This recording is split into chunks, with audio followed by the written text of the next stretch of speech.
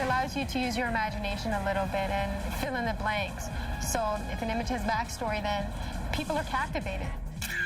We've had punches thrown at us, spat at, keys thrown at us, anything they can get their hands off sometimes. So it seems to end up in our general direction. What makes me good at shooting food? Well, I suppose is what makes anybody good at shooting whatever they shoot.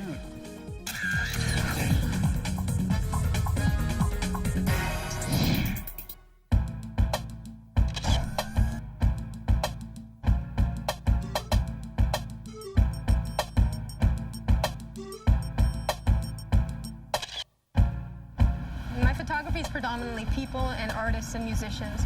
I really like connecting with people, so I tend to put the emphasis on that. In '96, while I was in university, I started going to these underground hip-hop clubs, and I was so inspired by the passion and the perseverance and the dedication that these young artists would have for their craft that it inspired me to want to capture the moment. I shot video and I shot photography, but I ended up really gravitating towards the photographic aspect and trying to capture the passion of these artists in a two-dimensional format. And it was sort of from that seed that I began really getting into shooting a lot of artists and musicians and really getting to know people in the hip-hop community.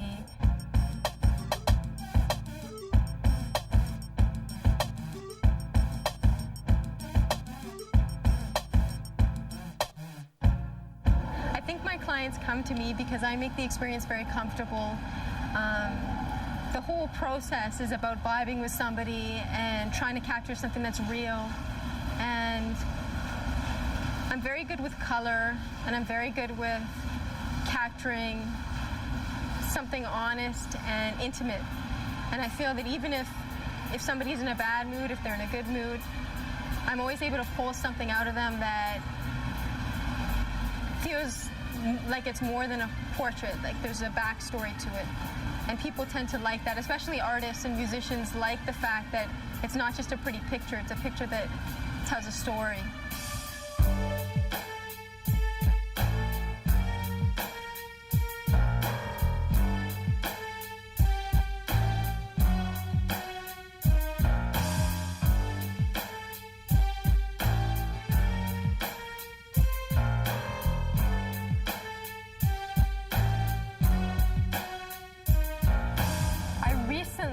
Did a shoot with an artist named Voice, and I'm really proud of the imagery I got from that particular shoot. It wasn't the longest shoot I've ever had. Just energetically, he and I vibed really well, and me and the stylist and makeup artist and management all just worked together and collaborated, and I think I got some of my best work out of him. And he was a very charismatic and down-to-earth and humble young man, so it was very easy to get nice shots, but I'm pretty proud of the work I did with him. And again, still the same image that I had way back. That was one of my first shots when I was in St. Vincent, and it was just a close-up of a woman's face. It's still one of my favorites to this day, because telling you, her face just told a million stories, and every time you look at it, you would just pull something different out of the image, so that's still one of my favorites. But recently, just in the span of the last year and a half, I think I've come up with some of my best work and some of my most inspiring work. Ultimately, I like to just shoot what inspires me, so I usually vibe off the person I'm with and creatively kind of let it come to me that way. My photography is a way for me to meet really diverse and interesting people and finding a way to express what I'm attracted to in them in a two-dimensional format, which is a challenge. A good example would be Eric, who I'm shooting tonight. He's a very dynamic and charismatic and funny human being, and the challenge for me is being able to capture that photographically and have people feel the way I feel when I see this man perform and when I hear his music.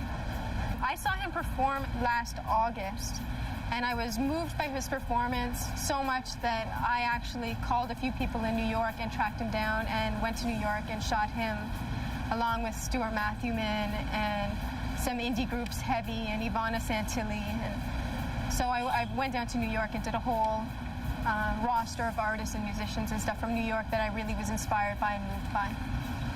He's an extremely talented artist, and I'm just honored to have the opportunity to shoot with him and work with him and try to translate what it is he brings to the stage. The one thing in New York that I wasn't able to capture was that spontaneity and that humor, because I was doing 4.5-second exposures. So now that, you know, we're in a situation where there's a little more control, I'm excited at the prospect. You know I got Eric correct this song, right?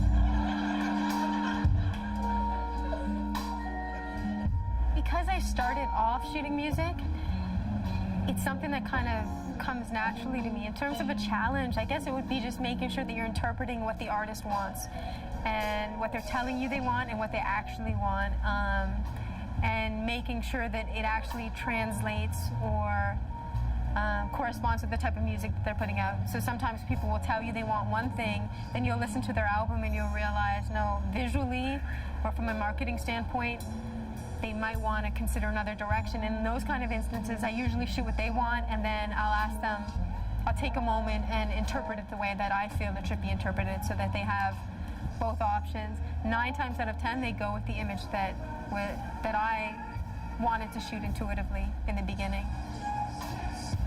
Ultimately, I think the biggest challenge is just hearing each other and making sure that we're on the same page visually.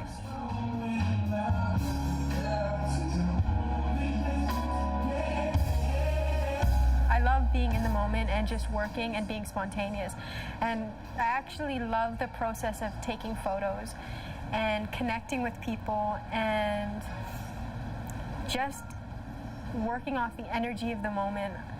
I know that sounds kind of cliche to say working on the energy of the moment, but I absolutely love like the challenge of meeting a person for the first time and figuring out how I can capture their essence or capture what they're about.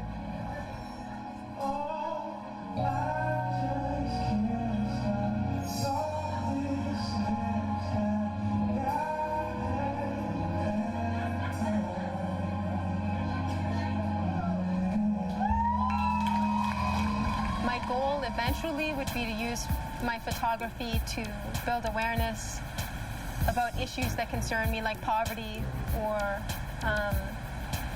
certain political issues. One shoot that I did was about the war in Iraq, and the other shoot that I did was about consumerism and how major corporations are using imagery to sell us false hopes or false fears so that we go and buy their product.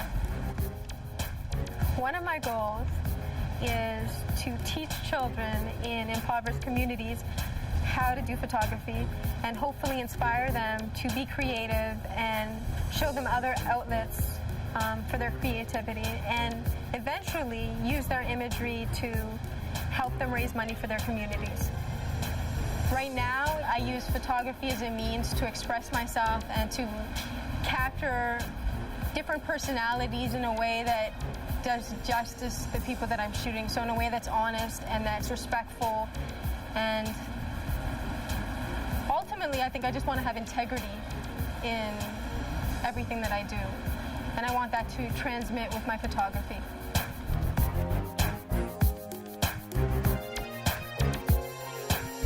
I think people are fascinated with images because they tell stories. And the difference between like a photograph and watching video is you can let your imagination take you to a place that it may be real or it may be fantasy, but it allows you to kind of be creative. I mean, people are captivated. It doesn't matter what the picture is of, as long as there feels like something's going on. And I think that's what people's fascination with it is, that they can kind of fill in the blanks and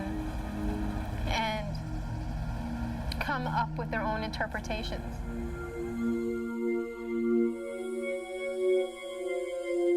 I hope that people are inspired when they see my work. I hope that people feel like I've accurately captured the people in the portraits, like emotionally. I strive to try to capture a range of emotions from sadness to anger to indifference, and I just want people to be inspired, and I want people to leave feeling like there's no gimmick. It's just, my photography is just raw and real, and it is what it is. And hopefully people get that and leave feeling that they need a connection.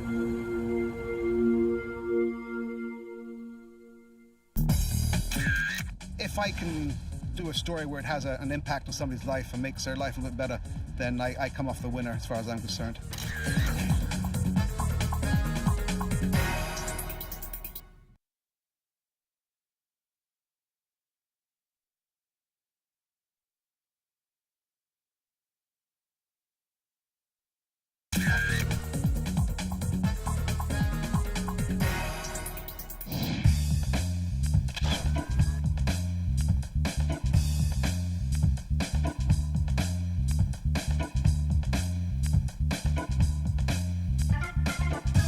I'm a photojournalist. I cover news, sports, and some feature work, but the news is what I enjoy most. It's one of those jobs that you could be shooting a fire 1 minute and off to Government House to shoot something with the governor. There's just no 2 days the same. I get called up 3, 4, 5 o'clock in the morning sometimes, to get out and cover a story. So just basically, it's not a typical job.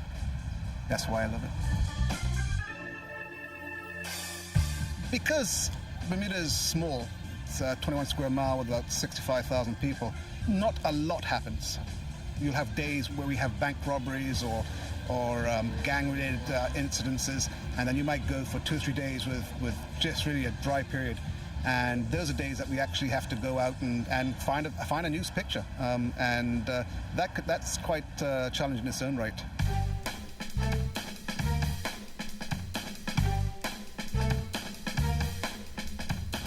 We are very lucky at the Gazette because our deadline actually doesn't finish till about 12:30, and if something breaks late, we can hold off to about 2 in the morning and still make the press. If you had asked me years ago whether I wanted to go digital, I would have said no. I was dead against it. But when the management came over and said that we were definitely going digital, I guess after about 2 or 3 months after that, I had completely changed my mind. You cannot tell the difference of a picture of today's quality of digital, what has been shot by digital and what's been shot with regular film cameras. The quality is really quite amazing. And which is also great is that because we are the only daily newspaper in Bermuda, we get a lot of calls from foreign papers, foreign news agencies to get images to them. So in the old days, we had to literally go and find a scanner, which we didn't have, and get it transmitted and stuff like that. Whereas today now we can basically do it from the car just after we shot the picture. Just a matter of setting up a laptop with a cell phone, putting the camera to the laptop, and off it goes. So they can actually get an image quicker, sometimes quicker than when I get back to the office. All right, that's that. Now time to follow the pictures. The Gazette is quite unique. We have a policy where we always put a local picture on the front page of the paper. Lighting is very important in our pictures, and we always have to have a lot of local culture into our pictures. But we got a number of quite famous residents, Michael Douglas, Cedar Jones. They have a house out here. We don't hound them. We don't consider ourselves paparazzi photographers. We do not go chasing them. If the situation comes up where there is a news story involved, then we will cover it. But as far as following them around and hiding in bushes, that's something that we just do not do. I would have to say one of my most scariest moments I spent working as a news journalist was in Bosnia when we were covering the relief containers going into Bosnia. I was taken by a UN guide, and as I was shooting, there was a crack and a thud, and he pushed me down and said, "Stay down, stay down." And there was another crack and a thud. and come realize that a sniper had spotted us and taken a couple of shots at us. The press did have a bounty on their head, but at the end it worked out well.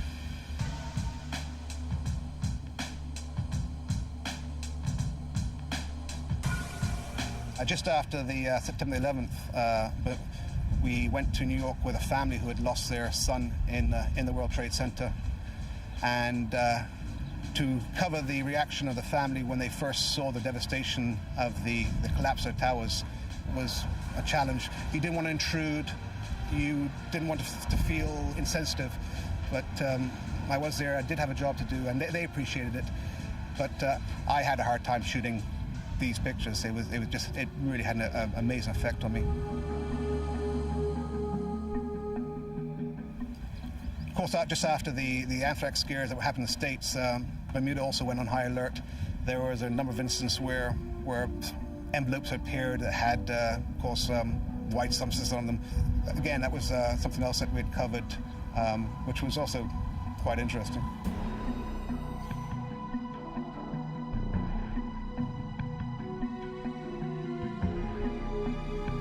The paper, the Gazette, is almost like one of those papers everybody loves to hate. It's the only daily, and when we're covering certain court cases, especially if they're gang-related, or we have a hostile crowd around the courts, or family members who really don't want to see their family members on the front page of the Gazette, we've had quite a number of instances where we've, apart from being verbally abused, but sort of physically as well, we've had punches thrown at us, spat at, keys thrown at us, anything they can get their hands off sometimes. It seems to end up in our general direction. Obviously, being a news photographer, you really do have to be immune to personal insults and brush off personal attacks that you get when covering news stories. None of us have ever lashed back out. This would not be professional, but it happens, and you just put it into your little diary as one of the stories you're going to tell next time you go drinking with the guys.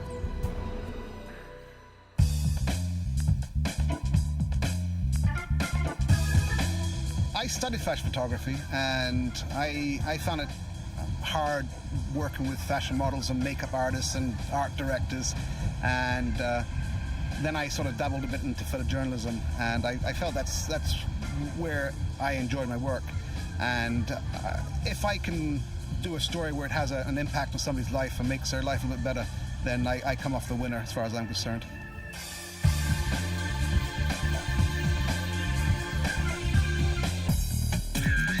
It's funny, sometimes you will spend 6 hours working on a photograph, and finally it's approved, and then you'll set up the second photograph, and it's approved instantly. And you wonder, like, what? Well, what was the difference? The first shot, it took us 6 hours. The second shot, it took us 6 minutes. But you never know.